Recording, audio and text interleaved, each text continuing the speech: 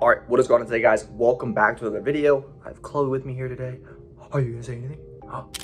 Like, comment, subscribe. Okay, well, if you're an SMMA owner in 2022, you're gonna wanna be listening to this video, okay? If you're struggling getting results for your clients, I'm gonna go over a couple of tips that I used over the years just to make sure that you're always getting your clients the right deliverables and results, okay? The biggest thing that I see most agency owners focus on is just this one thing, which is just ads. And that's not the way to go. You're trying to spread yourself so thin by doing just the one thing, which is just ads and ads only, okay? You need to focus on more parts of the business that are gonna give you enough deliverables to keep your clients coming back for more and more and more. And right now, we're actually in a hotel in New York City. We're staying at the Langman. If you guys don't know what that is, like a really nice hotel on Fifth Avenue, so dope. And you know, over the past 4 years, the reason why my retention was not crazy high was because I only focused on ads. And, you know, I would get a client, I would onboard them, and I would just run their ads. I wasn't thinking about their offer. I wasn't thinking about their landing page. I wasn't thinking about the back end, you know, automations, ways to simplify, delegate, help them in their business. And maybe upsells, downsells, cross-sells, whatever the case may be. And I was susceptible to getting dropped a lot because these business owners wanted more. They wanted someone to look at their landing page, do an A/B split test, help them with video ads, you know, do all these different services that I was not fulfilling at the time. And it was a big loss for me. So the biggest things were, number one is no matter what you're doing with these ad clients in SMMA, you need to make sure that you actually help them with their offer. And they think their offer is really good right now, but odds are they're wrong. They think that making, you know, maybe six figures, $75,000 a year, $200K a year means that they have a good offer. It just simply means that they had something that was appealable to the marketplace, but when they try to run their own ads, it wasn't sexy enough because maybe all they made is organic. And for you to be really like attractive to cold traffic, you need to help your clients understand that there are very different offerings that they need to be establishing, which is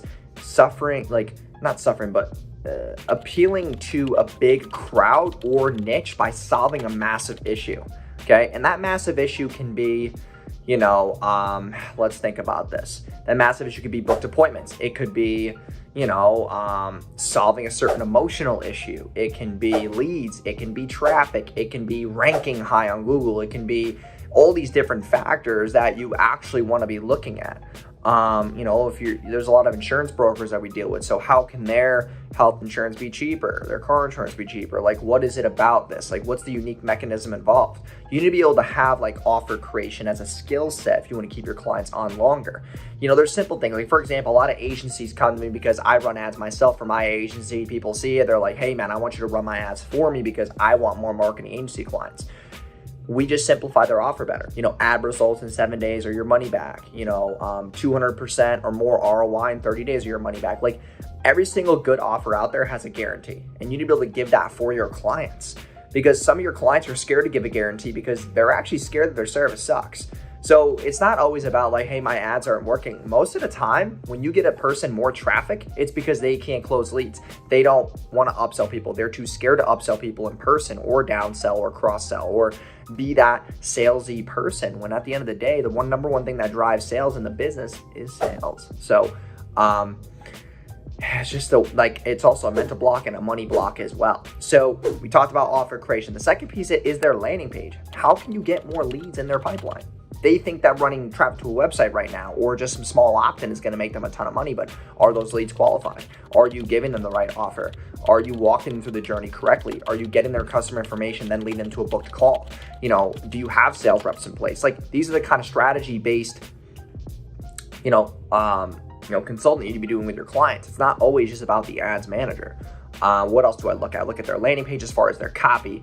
You know, their congruency. Do they have social proof, FAQs? Do they have a story? Do they have brand messaging? Is their landing page congruent to what they see in the ad? A lot of people run ads and their landing page is completely different.